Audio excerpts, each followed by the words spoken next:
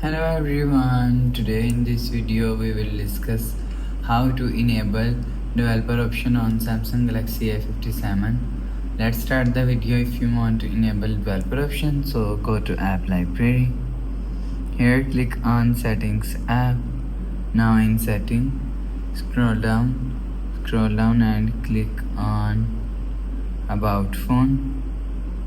After click on about phone, if you want to enable developer option, scroll down and click on status information.